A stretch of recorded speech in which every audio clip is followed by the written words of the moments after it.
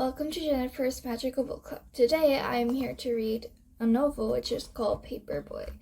I'm going to continue from chapter 6, so I'm gonna start. I was anxious to get to Mrs. Worthington's house to see if my good luck would hold out. I couldn't beat 2 conversations in a single day with 2 strangers that I liked. I pulled up on my bike at Mrs. Worthington's house right on time.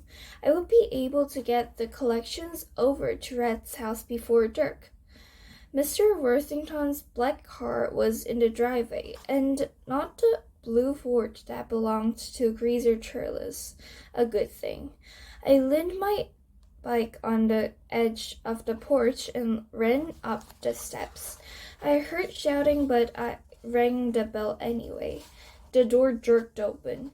Mr. Worthington, in a long-sleeved white shirt and blue necktie, was sweating and red in the face like he had been doing push-ups in PE class. "What do you want?" The question surprised me along with the way he said it, but I wasn't going to let anyone twist me around. I had a trick I had been saving.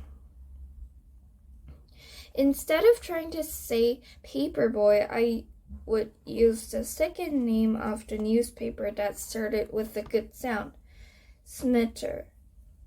I liked that word. There was a picture in my dictionary showing the Smitter to be a mean-looking curved sword. When I said the word, the air came out of my mouth like the sound a sword would make if you sliced the wind with it. "Come back next week." He started to close the door. "You owe 2 weeks."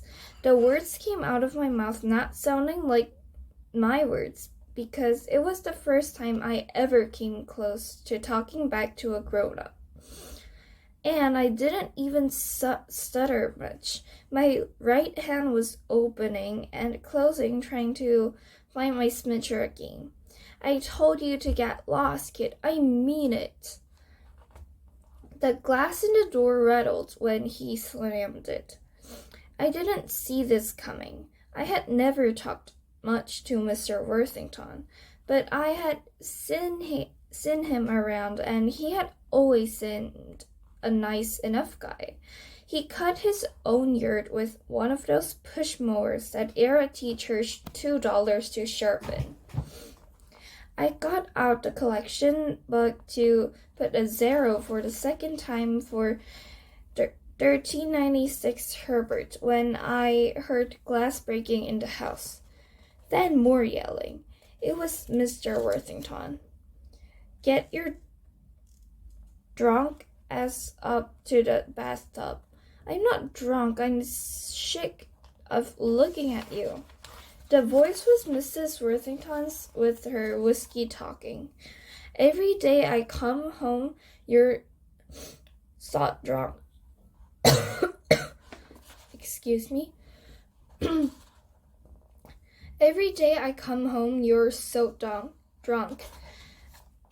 I'm tired of..." Mrs. Worthington interrupted Mr. Worthington by yelling louder than he was yelling. "You'll never come home when I need you. How?" Then something else crashed in the house that sounded like a piece of furniture being smashed. More glass broke, and I could hear things rolling around on hardwood floors. More yelling.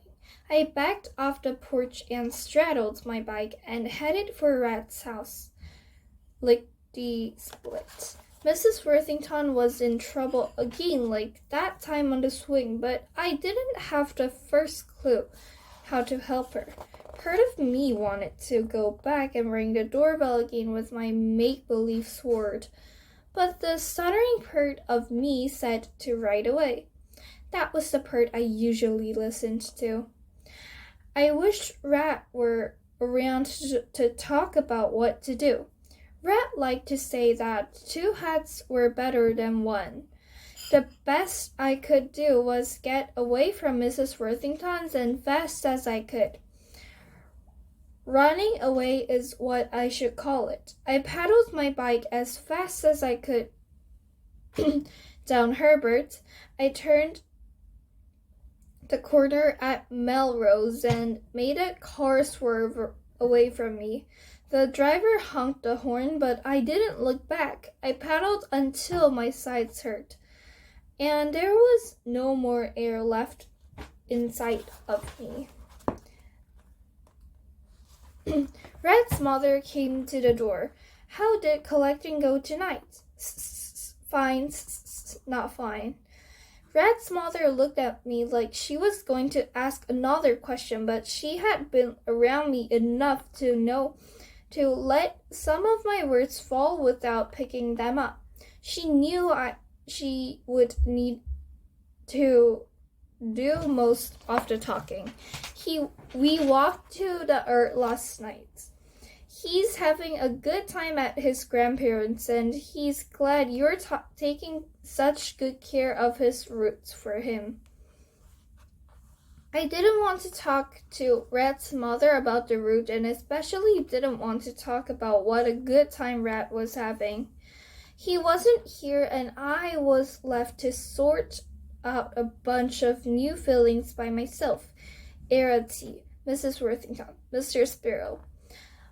All were taking over my word in their own way, a word that Rat wasn't a part of because he was living it up on the farm.